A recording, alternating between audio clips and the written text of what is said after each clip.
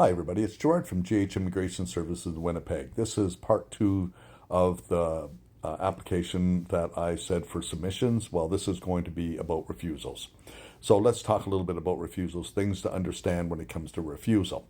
Now, first off, when it comes to doing a visitor's visa, work permit, or study permit, those are usually your three most refused applications that do come into Canada. And right now, they're all over 60% when it comes to refusal rates on them. So that's not good, especially if you're looking at coming to Canada, especially for studies. That's one, it's really, really hard to get a study permit right now. Anyways, but taking that into consideration, one of the things you really need to know when it comes to refusals, when you get that refusal letter, they will have a statement on why it's refused. It could be either, and usually the two biggest things are you won't return to your home country, you don't have the financial needs to support yourself while you're here, or family ties. Those seem to be the top three, I should say, not just top two, but those seem to be the top three. Now, when you do get a refusal based on those, what you should really consider doing is get the GCMS notes. And the reason for it, the refusal letter is a form letter, and it doesn't always provide you with enough information to find out exactly why your application was refused. So sometimes doing another application right away without your GCMS notes is a total waste of money, because chances are it's going to get it refused again because you may or may not have met the conditions of the first refusal based on the letter that you received. But you also have to remember something very, very important when it comes to most applications. When you submit a new application, it goes back to the same officer that did the first application. So if you haven't satisfied his needs the first time, chances are you're not going to satisfy the second time. So this is something that's really important, that you make sure if it's financial needs or ties, you really have to strengthen those things when it comes to the application. Now, when we talk about study permits, because study permits now are so much, there's so much required when it comes to financial means, because it's changed so dramatically on everything that's happened over the last few years.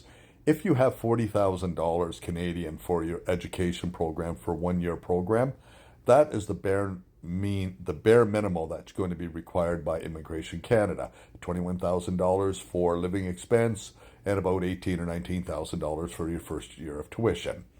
Now, is it better to have $50,000 or $60,000 and show that? Absolutely. Why? Because you have your basic living expenses, but if there's things that you want to do, and it also gives the IRCC a good reason to look at and say, oh, they get more money than the basic needs. They got enough for the first year. They got enough to get themselves established. Yes, okay, that's a really good thing. It's not necessarily saying they're going to accept it, but the more money you have, it actually helps to strengthen your application. The second thing about it is when it comes to ties back home. Your ties back home are very, very important, and that's where a lot of the refusals come from. So having your children back home, or your spouse back home, or whatever, that's your ties, but you have to show those. So showing those ties when it comes to going back home will strengthen your application as well, and help get over that one issue as well. Now, as I said about GCMS notes are probably one of the most important things, because when it comes to doing a new application, and if you read the GCMS notes and you addressed all the issues in the GCMS notes with the new application, what you're doing at the same time is you're setting up for a reconsideration, or you're setting yourself up for either a judicial review or a tribunal to appeal the refusal rate on that application. So that's something that you want to look at doing, so that you can write and do it that way. Now, I'm going to say this, and a lot of people may not like what I have to say here, but I think that it's very important that people really start understanding that doing your own application is not always in your own best interest, because you're going to get a refusal. And because refusals come in, well, then you're going to have an issue with trying to get somebody to get over your refusal. Well, one of the big things that's happening now is if you get a refusal, you come to me for a refusal, it's going to cost you more money. And that because the fact that it's going to take me that much more time to try to get over the refusal that you created, and to find out exactly why the hell this refusal happened in the first place, what you did wrong, and I'm going to spend so much time going back and forth to you finding out what the hell the problem was in the first place and how we deal with the refusal. So sometimes it's better to hire somebody to do the application, take the plunge, pay the extra money, and have it done, and have a much better, you can sleep a lot better at night when it comes to that. But at the same time, remember, you have to make sure that whoever's doing your application is competent to do your application. When it comes to, like a lot of international people, when it comes to doing applications and that, they go to these agents that are available, or that they know somebody that's done applications or whatever the case is, but they're not registered consultants. The big difference is these people don't know the ins and outs. They're just doing basically what they've been doing all along. So the refusal rate is much higher.